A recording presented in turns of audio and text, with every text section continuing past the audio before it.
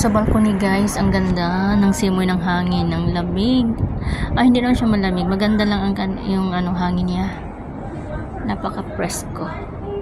Tinitingnan ko yung paligid dito, yung palibot ng aming building. Tinitingnan ko yung guys, nag-showing na yung lights kasi 8 o'clock, basta 8 o'clock na dito sa Hong Kong. Ayan guys, oh. Nakita niyo yung lights na parang siya.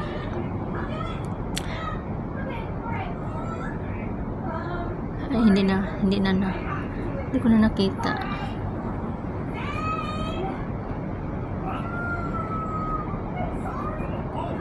Dito na nakapaligid sa building guys, nag-anuhan yan sila ng lights. Showing kasi. Light show. 8 minutes lang to guys, mag-umpisa sa alas 8 matapos sa alas 8:08. Ayan. Ayan na guys, so nakita nyo guys yung lights.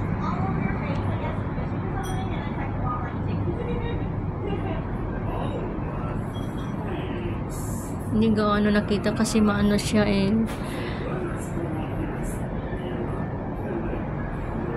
kung medyo madilim-dilim ang paligid, makikita siguro yung lights.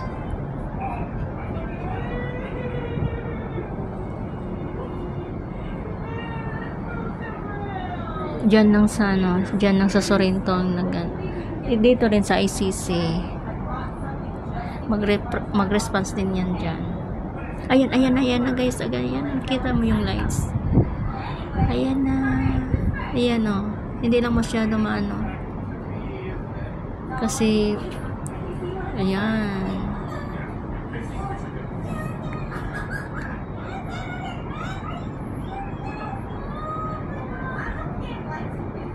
Ayan o, nakita mo yan guys.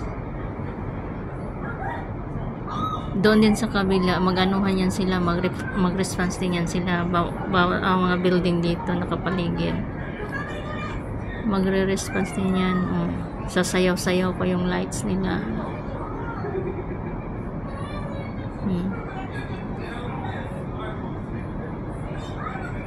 Yan o. Ayan. Maganda sana kung doon ka sa dagat guys. Doon sa Tsim Sha Tsui. Kasi makikita mo ang mga lights talaga doon. Doon ka sa bridge. Makikita mo ang lahat ng mga building, nag-anuhan sila ng mga lights. So masayaw-sayaw pa yon. Ayan o.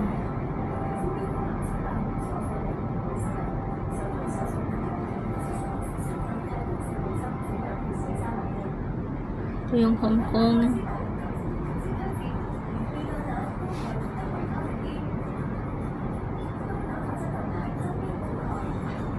Ganito paggabi dito sa Hong Kong.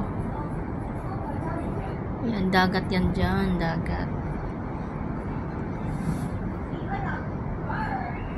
Minsan maraming mga fishing boat nakaparada dyan. Ngayon wala. Konti lang sila. Ayan ang lights guys.